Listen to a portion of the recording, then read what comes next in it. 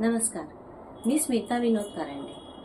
माझ्या लघुकथेचं नाव आहे पेन्शन.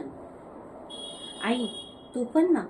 काय हे बाबांच्या 12,000 रुपयांच्या पेन्शनसाठी इतकी धावपळ कशाला? आपण आपल्या एका कर्मचाऱ्याला यापेक्षाही जास्त पगार देतो. मोहित चिडून आईला म्हणाला. केवळ लाईफ सर्टिफिकेट देण्यासाठी स्टेट बँक ऑफ इंडियाच्या लांब रांगेत उभं राहण्यापेक्षा घरी जाऊया, असा तो आग्रह करू लागला. मोहितचं म्हणणं काही अंशी खरंच होतं. त्यांच्या कोट्यावधींचा व्यवसाय होता.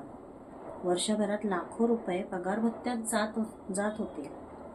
मग फक्त 12,000 रुपयांसाठी इतका वेळ का घालवायचा? मोहितचे वडील एकनाथराव गेल्या महिन्यात अल्पशा आजाराने वारले होते. ते सरकारी शाळेत शिक्षक होते आणि 12 वर्षांपूर्वी निवृत्त झाले होते. त्यांना पेन्शन मिळत होती. त्यांच्या निधनानंतर शासनाच्या नियमानुसार अर्धी पेन्शन त्यांच्या पत्नी सरला यांना मिळणार होती. त्यासाठीच आज त्या बँकेत लाईफ सर्टिफिकेटसाठी औपचारिकता पूर्ण करण्यासाठी आल्या होत्या. महिनाभरापूर्वी एके दिवशी मोहितचा मुलगा कुशाग्रचा 8वा वाढदिवस होता. त्याने आजीकडे सायकलची मागणी केली होती. सरलाताईंच्या खात्यात फारसे पैसे उरले नव्हते, म्हणून त्यांनी मोहितकडे 10,000 रुपये मागितले. मोहित ऑफिसला निघायच्या तयारीत होता. थोडं आश्चर्याने पाहून त्याने पत्नी श्रेयाला आईला पैसे द्यायला सांगितले.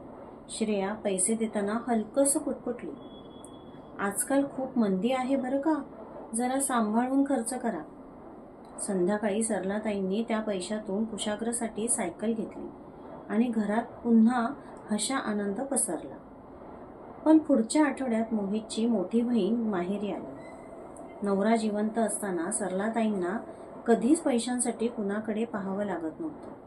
ते स्वतःच पेन्शनमधून त्यांना थोडेफार पैसे देत असत. आता मात्र मुलीच्या निरोपासाठीही त्यांना सोनबाईंकडे हात पसरावा लागला. श्रेयाचे तेच शब्द त्यांच्या मनात घुमत होते. मंदी आहे, जपून खर्च करा. मन घट्ट करून त्या मुलीला रिकाम्या हाताने निरोप देऊ लागल्या. तेवढ्या श्रेया स्वतः पुढे आली आणि 2,000 रुपये त्यांच्या हातात ठेवत म्हणाली, मुलीला रिकाम्या हाताने कसं पाठवणार? मग त्या शब्दात आपलेपणा कमी आणि टोमणा जास्त होता हे सरलाताईंना जाणवलं. सरलाताईंच्या आयुष्यात पैशांची खरी कमतरता नव्हती. औषध, रिचार्ज, छोट्या गरजा मोहित लगेच पैसे देत असे. पण मंदिरात दान करायचं असो, सणासुदीला नोकरांना काही द्यायचं असो, नातेवाईकांना भेट द्यायची असो, प्रत्येक वेळी मागणं त्यांच्या स्वभावाला टोचत असे. अलीकडे त्यांची बहीण आली होती.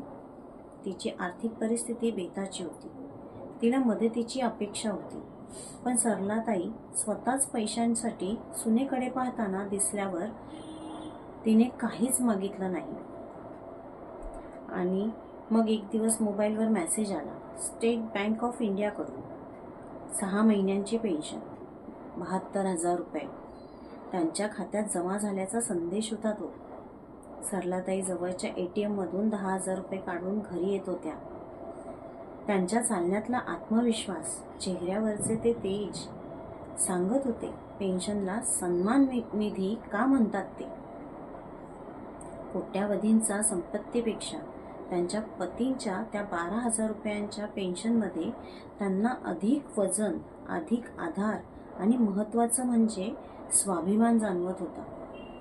आई वडिलांचं आयुष्य आपल्या आरामासाठी झिजलेलं असतं आणि आपण मात्र त्यांच्या गरजांकडे रक्कम म्हणून पाहतो.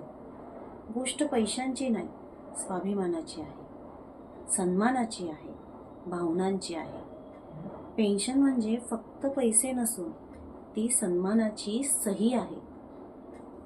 नमस्कार.